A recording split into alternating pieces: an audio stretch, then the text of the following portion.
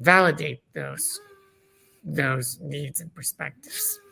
Now, when you think about corporate accessibility in companies, and the way companies or governments that are really responsible for large public engagement efforts, could this content perhaps be licensed to companies in a responsible way to really even advance software and have software be more inclusive and accessible? Could this accessibility tools developed through these insights help build better interactions?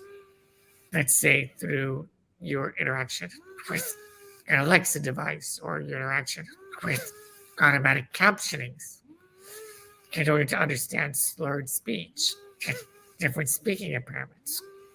Could this archive potentially train other algorithms that relate to medicine or relate to law or relate to urban planning? So you might have different modules that interact together, like an urban planning module with all kinds of specifications on urban planning, with a module from this archive called the lived experience of disability. So this is a very interesting idea of how could this massive big data project that my foundation has been advancing really help us better serve the needs of persons with disabilities. Now, none of these approaches are set in stone, but they do hold promise to advancing our goals on sustainable development. When I was involved in negotiating the United Nations Convention on the Rights of Persons with Disabilities, we knew that there was only 20 countries or so that had these national laws.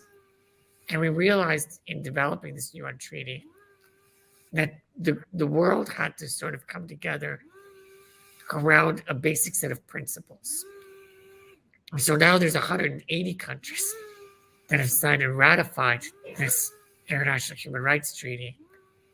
These archives, in a sense, help capture those experiences that shaped that International Human Rights Treaty, which is the lived experience of people with disabilities. And we took that knowledge, when a lot of activists engaged in the negotiations of the UN Sustainable Development Goals, and ensured that the Sustainable Development Goals also had inclusion targets that would identify that people with disabilities could also benefit from mainstream international development. So, for example, Goal 3, the archive can help healthcare providers understand the needs and experience of people with disabilities, leading to improved health outcomes. The archive could help provide insights and recommendations into how educational institutions